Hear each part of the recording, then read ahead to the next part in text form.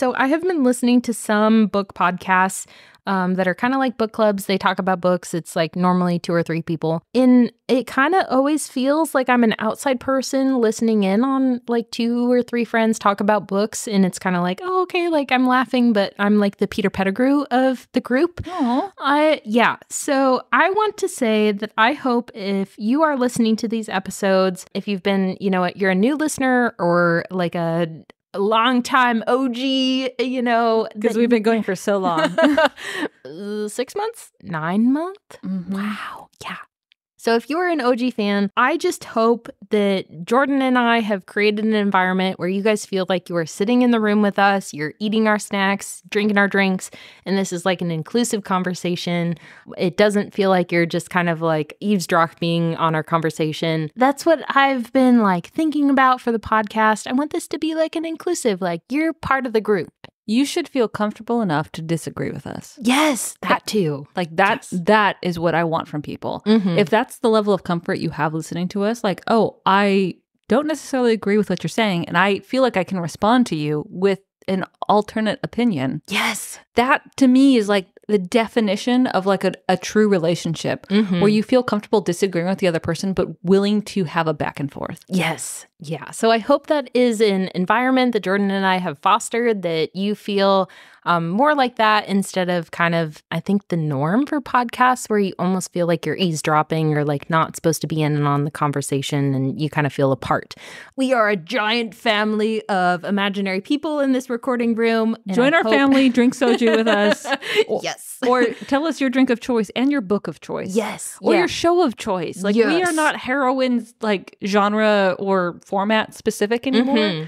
We want to know what you like, Yeah. so we can talk about it too, because I think we all feel more connected when we have those shared experiences. Absolutely. Yeah. So that was just a good segue. I hope you're in the room with us because I'm just pretending like I'm surrounded by friends instead of just me and Jordan. Instead of and snacks and liquor yeah, we're just in a and dogs.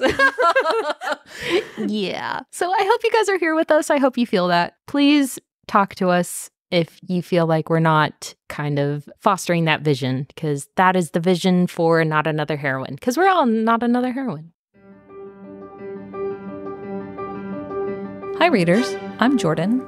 And I'm Katie. And welcome to Not Another Heroine, the podcast where we break down the best and worst fictional heroines, those swashbuckling ladies who have to work a little harder than expected for their happy ending.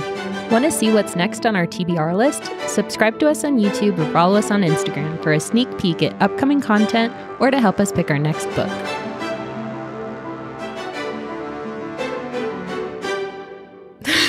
Well, we're back. And by we're back, we haven't left because No. we're recording all 3 parts in the same session. Yeah. Master of Crows, part 3. By Grace Draven. I think we timed it well, though, that the first episode we were starting to feel the alcohol. The second episode we're not going to talk about. And then the third episode is the like come down. Calm down. Heh. I feel like that might require a shot. I will vomit, but yeah, it does. I also love the fact that this shot glass has only Snow White's head on it. Like her body's like These gone. shots of glasses have been through a lot. They went through the Twilight episode. Oh, that is true. That was an episode, and I feel like this is also turning out into an This episode. isn't nearly as bad as that horrific liquor we were drinking during Twilight. Oh my god, the raisin thing. The raisin. Yeah.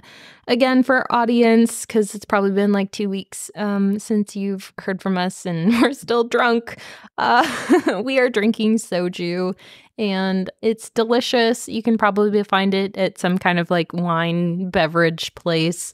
We highly recommend the plum, peach, and strawberry flavors. Yes. But for reference, we're on our 3rd bottle, plus a couple of ciders. Yeah. So like in typical girl mode, we have 4 drinks apiece on the table. Yes. one for hydration, one for fun, and one for caffeine. Except there's no caffeine. It's just all alcohol. One for extra fun. That's all.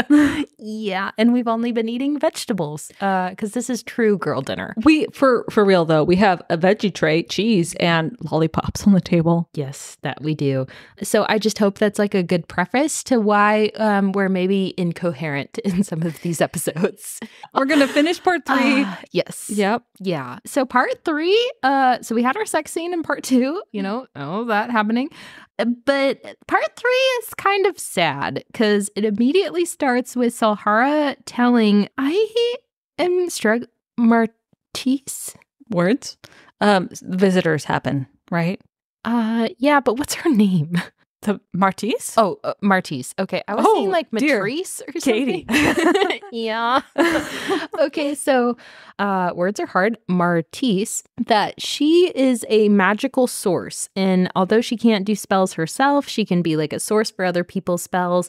And she's something called a Bede Gianna. That is not the pronunciation I had in my head. Oh, what did you say? Nope, I'm not going to repeat it here. That's fair. For the online community. Yeah. No.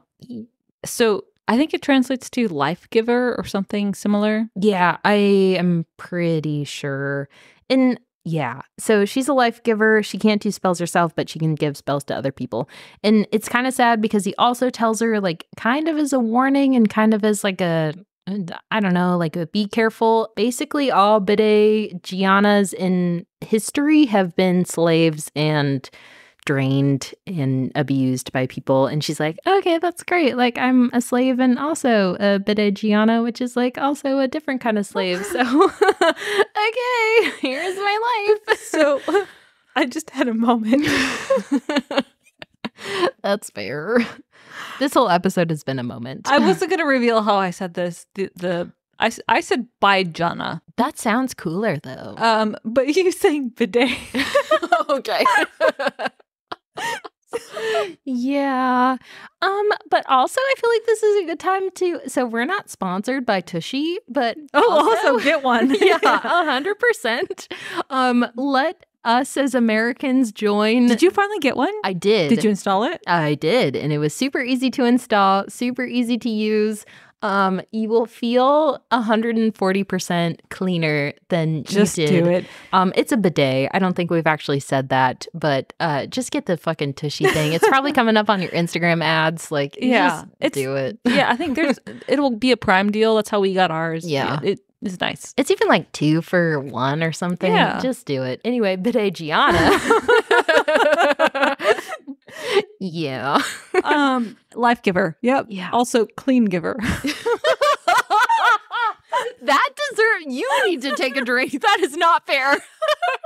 You too. Pour one for yourself. I'll do one if you do one. Okay, that's fair. Tasty. Oh my God. We had opposite responses. Everything is fine. Where were we aside from talking about bidets? Martise. And if Martise, I think Martise kind of is the heroine of Not Another Heroine. She really is. Because she could be anyone. Mm-hmm. Yeah. And whereas where we started with Grandul, Mel is not everyone's heroine. No. Mm-mm. I feel like Martise is a little bit more bland is a harsh word. Mm-hmm. Bland, but like you mean it nicely. Like bland, but with like an edge. I don't know. She's just slightly more that you have some sort of aspirational goals to be somewhat like her, but she's approachable. Yeah.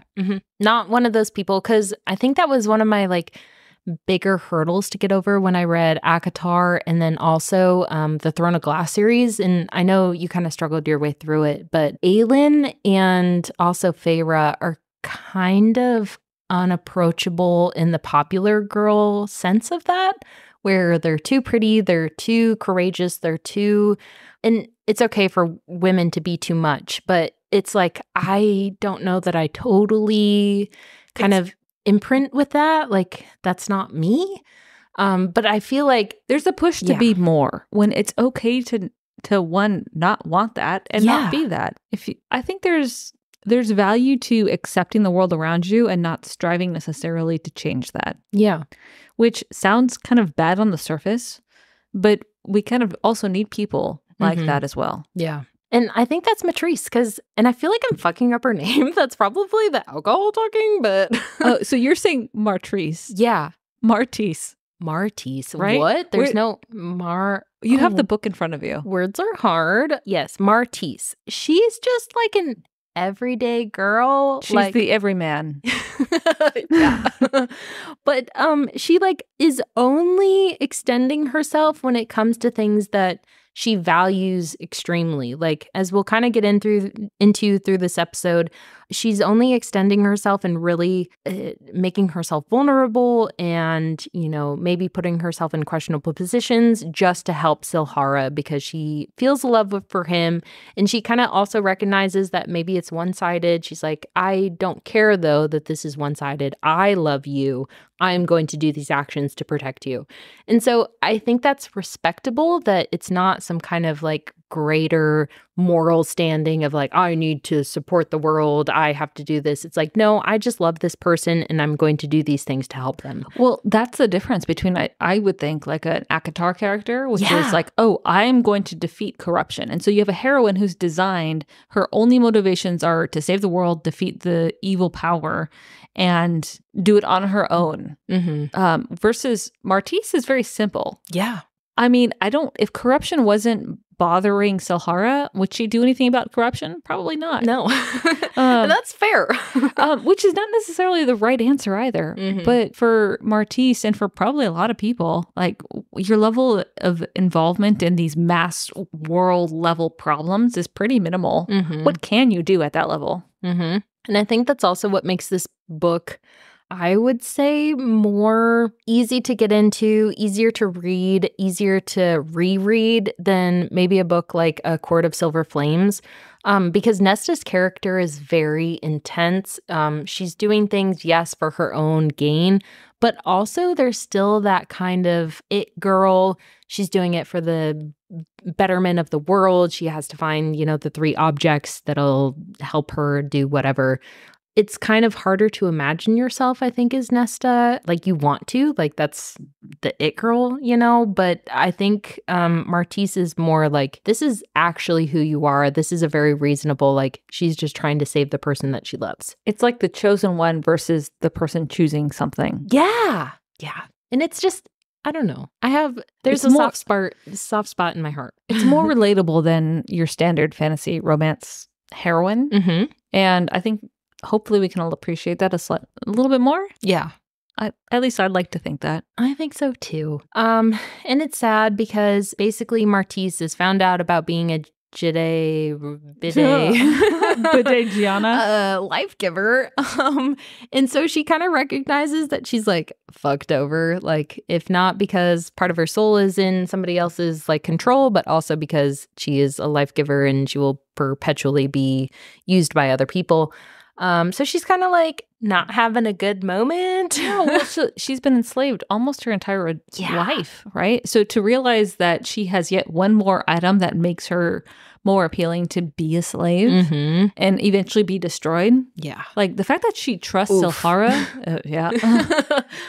And Silhara being willing to say, you need to protect yourself, and like this is what Conclave would do to you. Yeah. If you were to return there and they were to find out. It's impressive. It also makes him more of like a interesting love interest too. But basically the next scene is that they have some visitors to Neath, the Kermans. Is that how you said it? Close enough. For sure. Yeah. They're like nomads. They're like desert travelers. Yeah. And so Silhara is of them. Yeah, like half. Because I think his dad was Kerman. So that's kind of what contributes to his like physical description is the austere features, the long black hair, slightly more swarthy. So he has relationships with these visitors because they're kind of his family. Yeah. And so there's a little educational session with it's kind of cute with Martise about like, okay, well, their ways are not our ways, and this is the way I need you to act, which is kind of like the more subservient role, which is don't make eye contact. She kind of took some cultural traditions from other current cultures.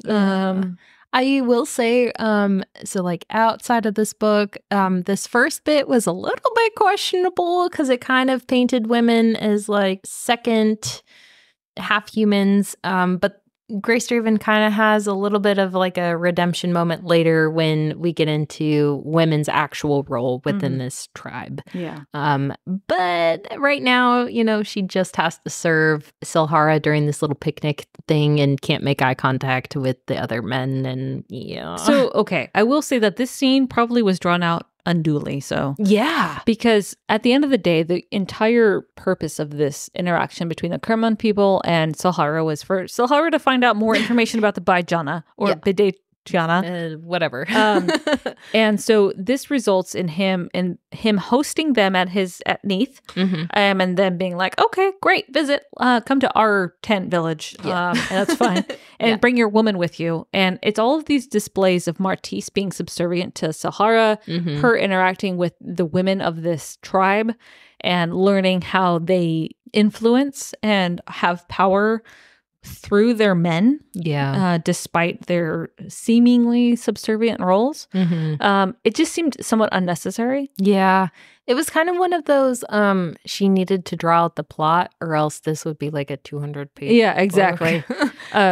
Yeah. But I don't know. We get another like kind of smutty scene. So they travel together to the Kerman lands. I don't know how else to describe it.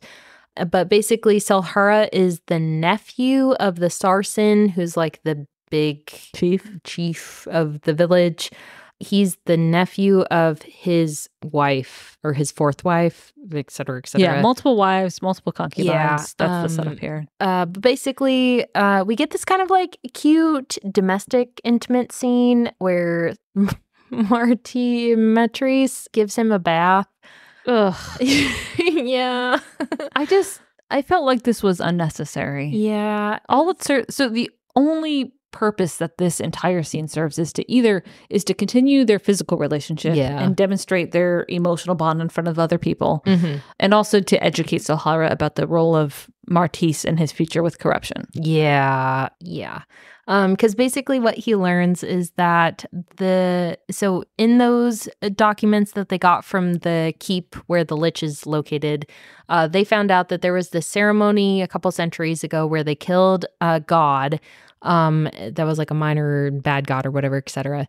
And it was basically this group of king sorcerers and then one king sorcerer from the south. And he was like a big southern king, had a lot of power. And the whole time Silhara is like, I have never heard of someone that has like gathered up all of the tribes and like been a big king. Like that doesn't make sense to me. So they're kind of confused about this guy's identity. But what they find out when they visit the Kerman village is that this guy is like, what is his name? Berdahan?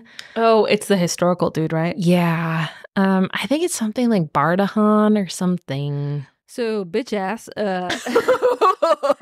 He is an evil king with magical powers whose like relationship, girlfriend, wife, etc. That role is a Baijana, Bidejana, and etc. Uses her life force to empower himself, fails, kills himself, kills her, and fails. Trying to destroy this god. Yeah. And so Silhara is very distraught over this news because he was kind of hoping that they would go to the Kerman village and get good news, and instead he got not so good news. So basically he's either going to have to martyr himself to try to defeat corruption, or he can use Martise. I keep fucking up her name. No, I think that was right. Okay. So this part felt vague to me, which is exactly how he would or would not leverage Martise to overthrow corruption, as well as like, is he just going to accept corruption? I don't know. It was kind of a little bit of plot holes here. I was a little confused. But also they were like bathing each other and like combing their hair. Let's just give a shit about that part. Let's move on. Okay. Anyway, so they finish up with the Kerman people. They go back to Neath, and it seems to be, it wraps up with Silhara accepting his fate as the avatar of corruption, him needing to seek Conclave's help, and sending Martise away. Yeah, and it's kind of sad because the whole time Martise is like, ooh, like, I know something is going on. You're lying to me about, like, Bardahan and, like, what he actually did, and, like... Because Bardahan, this is the historical dude who failed to use his Bidijana. Yeah. He was bonded with a woman named Zafira. Yeah. Who was the life giver. Mm-hmm. And Martrise or Martise, whatever her name is, she's like convinced that Silhara is lying to her about something, and she's like, I don't know. He's also lying her too. That is also true, very aggressively. And she's like, I don't feel really good about just like leaving, but like I guess that's fine.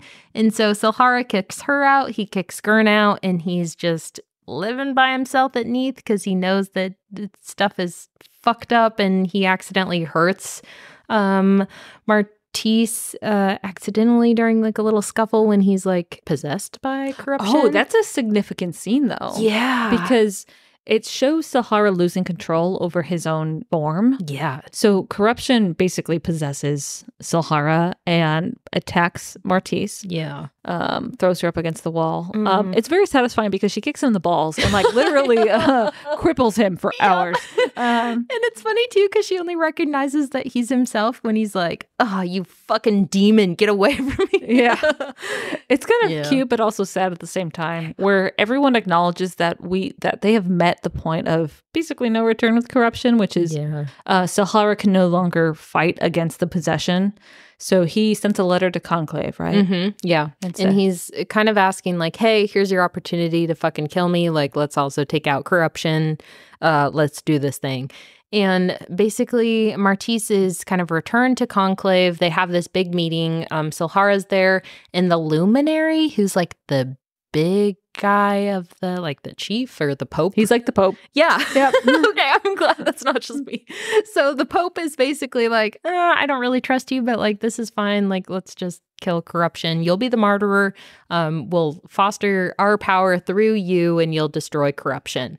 And the whole time, Martise is like, I don't really feel good about this because you're just going to do this on your own and die. And like, I still love you, but like, okay. And it's interesting too, because this is the first time that Silhara sees that she is slave bonded to Cumbria. Yeah, that's a revelation for Silhara. And he's even more downtrodden and regretful over how he's treated her in the past and to her future, because there's not much he can do about it. Silhara is constantly balancing the fate of the world and his possession by corruption with his love for Martise. Yeah. And he ultimately sacrifices his love for Martise to defeat corruption. Yeah. He recognizes that as the greater evil. Well, not that Martise is the lesser evil, but you know what I get what you throw down. Yeah, you know what I mean though. And I think that's valuable as a hero. Yeah. Like he is not willing to sacrifice the fate of the world just because he is in love with someone. Which is interesting too, because even Silhara kind of comments on this. He's like, I did not want to be the hero, but like here I am being the martyr. Like this is fine. And it's kind of an interesting transformation for him as his like love for Martise kind of develops. He kind of turns into a different person of like before he was like, I would sacrifice her in a heartbeat to, you know, defeat corruption if I knew that was an option.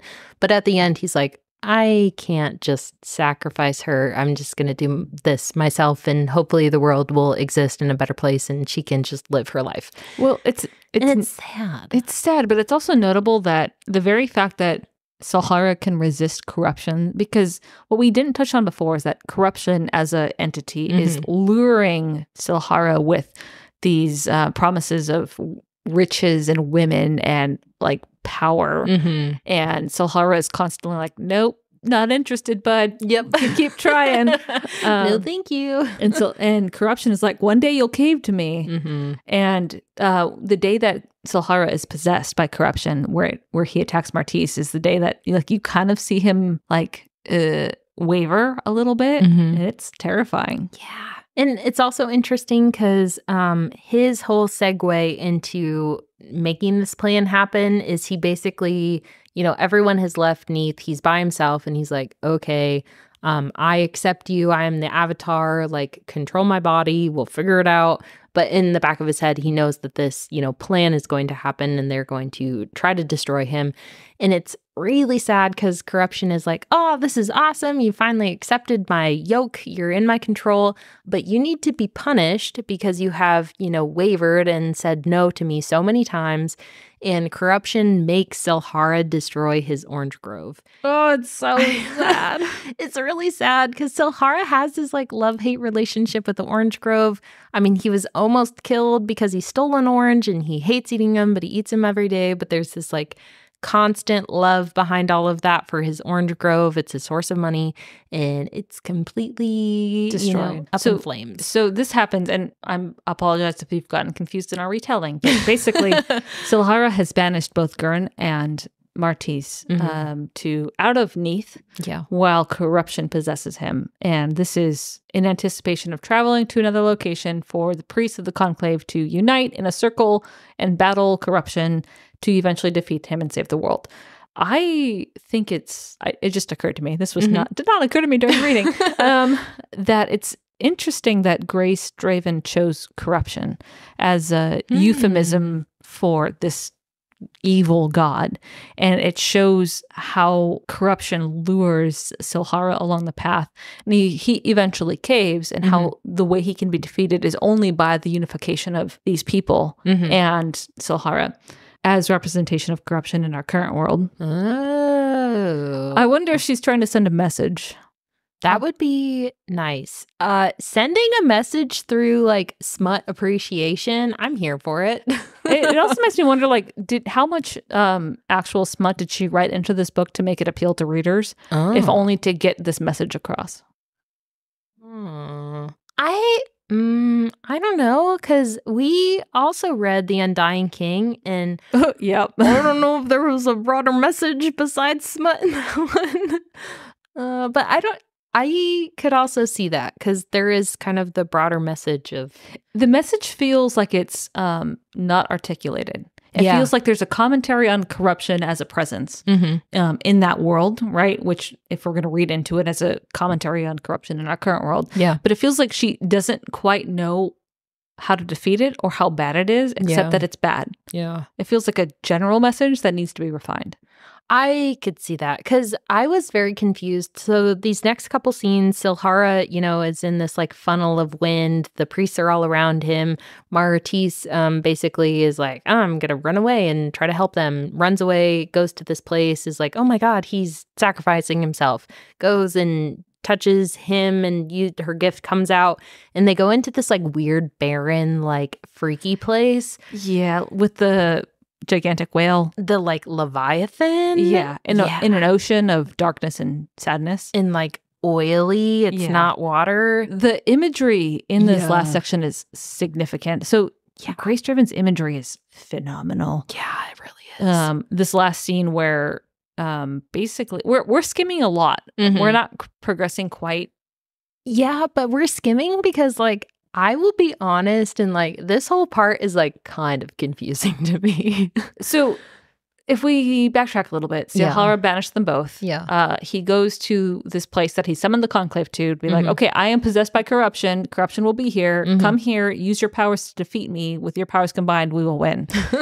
Martise is like, I can't let you do this alone. She discovers the truth about the Bidetiana and says, oh, with my gift, maybe he will succeed in fighting corruption and not die in the process. So she and Gurn unite, run to the scene of redemption. I don't know. Yes. And the scene of redemption. And she channels her gift miraculously, and somehow through doing that, her soul ends up existing in the same plane that Silhara's does while he's possessed by corruption. Because he even says, you're doing me dirty already, and now you're going to give an illusion of the woman I love? Are you fucking kidding me? And Martise is like, can you listen to me? I am real talking to you right now. And he's like, oh, fuck, sorry. And then yanks her out of the oily, gross water. He's sitting on a rock with this, he's pouting. with a death whale circling him. And the ocean is blood, not water. And Martise is like, this is gross, get me out. This is Silhara's like consciousness. Yeah. And so he pulls her out. They realize what's going on and kind of agree to like, okay, I'll use your gift. Yeah. They use her gift and everything's fine? Yeah, because he had such like aggressive denial. Like he did not want to use her gift. And then as soon as she popped up, he's like, oh, God, you. And then he does. Drains her. Without question. Yeah. But they all survive. Yeah. Like he wakes up, corruption's defeated. The priests are like, oh, this sucked, but we're fine. And Martise is also alive. Yeah. It felt like a very rushed wrap up. Yeah. And corruption's gone. Yeah. Because I almost think that this might have been a little bit like more easy to read towards the end, is if the trip to the Kermans was before the big sex scene. I agree. Yeah. Yeah. That seems right. I feel like the sex scene, and it could be because we're so like trained by other romance books that the sex scene needs to be at the end. But like it was kind of confusing that the sex scene was in the middle and then we still had a bunch of plot to get over. Well, that's the thing is, imagine like the customs of the Kerman people on testing on a relationship that hasn't been established yet. Yeah. Right? But like Silhara and Martise are established. They have a physical relationship. They like know their boundaries. They're fine. They all agree to play by the rules of the Kerman people. But imagine using those customs and cultural rules on a relationship that hasn't been tested yet. Ew. Yeah, that's not going to go well. Like Martise would be like, nah, fuck you. You can bathe yourself. Like, yeah, this feels weird. That's fair. Because, yeah, everyone survives. And Martise is back at Asher, which is the place she was before she went to Neath. And the Cumbria is like, you've been sold off. And she's like, what the actual fuck? And she gets in this caravan of Kerman people. And she's like, oh, this is kind of cool. I have no idea where I'm going, but like, okay. And then they make a stop at Neath. And she's like, okay. And it's Silhara that like purchased her through like a intermediary. Yeah, just to hide the fact that he's buying her. Yeah. He gives her the crystal. Yeah. Like she's free. Yeah. Happy ending. That's it. Yeah. Like so part 3 is probably where we have the most issues with. Yeah. Yeah. Because everything up to this was like, okay, I like get what's going on. Like I'm down with it. But then it's like, what is happening? Rushed. Yeah. It feels rushed and not fully fleshed out as it could be. Yeah. Which is interesting too, because the Undying King felt like an outline. So I wonder if the Undying King with more meat is just Master of Crows or like an equivalent. Yeah, I could kind of see that. I think the main character, like the heroine of the Undying King, is very similar to Martise, but the hero, almost like a copycat version, but the hero is much colder. Yeah. So Silhara is reactionary and has emotions, and but the Undying King is like, he's either turned on or he's an asshole. Like there's no other forms for him. Which I kind of respect, because we talked about it during the Undying King, but I feel like that's an actual kind of conception of someone that is immortal or close to immortal versus the fae that we always get, inundated with. But yeah, the ending of Master of Crows is kind of weak. And it's funny because looking back, my partner literally was like, oh, after the sex scene, like, do you have to continue reading? And like, you don't. No, you don't. See, you would be reading for fun at that point. And that's where I think pacing gets really important with these kinds of books, right? A good book will adjust the pacing to make you want to read until the end, which sometimes means like building out the romantic conflict until the end. Yeah. Yeah, that's half the reason I don't finish all these fucking K-dramas. Like, I'll get to episode 12, the romantic relationship is resolved, and I'm like, all right, peace out, I'm done. Okay, bye. Yeah, not a huge fan. Yeah, but I will also say that there's been this like bookstagram trend of the second act miscommunication trope. Which I also hate. So I don't know what I want from romance books, but like... I don't want miscommunication at the end zone, but also... I do appreciate that these two characters, Martise and Silhara, never really have that. Yeah. There's no miscommunication going on here. They are separated when they are separated by circumstance, not because of their own failures to communicate, which is refreshing in any kind of romance genre. But yeah, in some of these other books, no. Yeah, because it was also refreshing that oh my God, Martise. Jesus Lord. Martise was okay with the fact that she loved Silhara, but she was kind of questioning whether he loved her back. Because that's always part of the second act miscommunication in some of these romance books of like, oh, I loved him, but he doesn't love me back, so I'm not going to be vulnerable and tell him that I love him. But like Martise is like, I love you, you stupid fuckhead. Like, I don't want you to die. And he's like, oh, I'm going to be gruff and martyr myself and save the world. And she's like, okay, but like, I love you. Can you stop being stupid? And he's like, I also love you, but like secretly, because other books are like the main heroine never has the courage to like kind of admit it. So this is actually a really good lead into this final scene where Silhara is in the center of the circle of mages and sorcerers, whatever, fill in the blank. And Martise has to rush in to save him and like potentially sacrifice herself to save him. So there is a book called The Magician's Ward by... Oh, this is the book you were talking about? This is the book I was talking about. So this is actually the second book in a duology by Patricia C. Reed, set in like a alternate Regency England setting with sorcerers, magicians, definitely YA. There's really no romance. Characters like 14 or 15 years old. Oh. The second book is The Magician's Ward. She's a little bit older. She's apprenticed to the ward. And the final scene is the magician she's been apprenticed to and seemingly has like this romantic attachment to. And this is a very, very clean fantasy romance, I would say. Has sacrificed himself in this circle of mages and sorcerers to like save the fucking world. And his ward has put all of these mystery pieces together to realize, no, he can't be at the center of the circle. She's got to pull him out of it. She has to be at the center of the circle and sacrifice herself. And so she rushes at the very last minute, pulls him out of the circle, puts herself in the center, and like has basically a fucking seizure. Oh my God.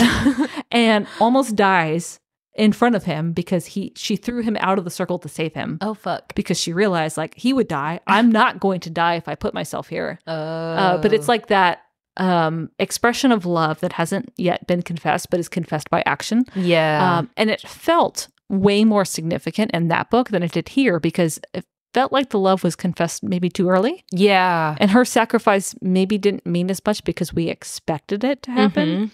Yeah. So that's a sidebar, but The Magician's Ward by Patricia Reed has a very similar ending to this book. Yes. And probably, I haven't read that book, but it sounds more satisfying than what happens in this one. Well, if you have issues with the thrusting and like, the amount of explicit detail given in this book, like if you kind of lean towards liking your romance a little cleaner, if you like Half a Soul, slightly like fairy tale-esque, that's where you want to live, is that line. So that's... Yeah, but if you're a dumpster demon like myself and you like your smuttin' books, this one is pretty satisfying. But it's one of those that like you could probably get like 45 or 50% in and you can guess what the ending is. Like, it's fine, and then it's over.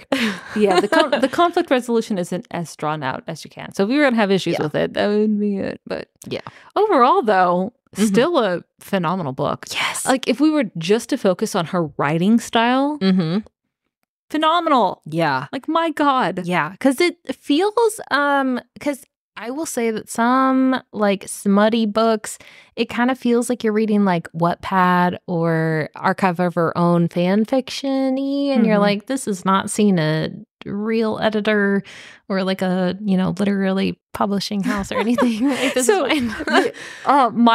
My pet peeve of like modernisms and cliched phrasing, like Grace Draven has never, ever abused my trust. That is true. So yeah, if that is a tick for you, like it is for me, Grace Draven is like your woman. Yeah. And she's got a pretty good like backlog of stories that you can work through. Yeah. Because if you enjoyed Master of Crows, or you're like, oh, this is something I want to read, and you read it and you're like, oh my God, I need more. Literally any of her books will also itch the scratch. Like, if I had to describe books similar to this, it would just be other Grace Draven books. Yeah, she's very unique in the genre. Her writing style is matched by, I don't think anyone else. Yeah. And even if you're like, I like smut, but like I also like monster romance, she literally has Everything. Like you have found your market. Like this is smut that is written well. Which is not something that can be said for all smut. And I would also say, like, if you like Juliette Marillier, but you need more romance, this is the author you need to try. Mm-hmm. It's like I have read a book or two, but I also want to be. Entertain me. Yeah. Basically, if you're a Roman emperor and you're like, I need a little something from this, Grace Draven is your woman. And also, I want to say, so she posted on her Instagram recently that she's battling cancer, and I think for the most part she's doing okay, or she's almost in remission. And we would just want to say we're sending her absolutely all of the best vibes from 100%. Our podcast. Always, she is the OG of all of our fantasy romance love. And so I hope Grace Draven is doing okay. I know she's recovering with her family, but we're sending you good vibes regardless. We will have a drink with you. Yes, absolutely. Mm-hmm. So from our shelf to yours. We'll see you on the next page.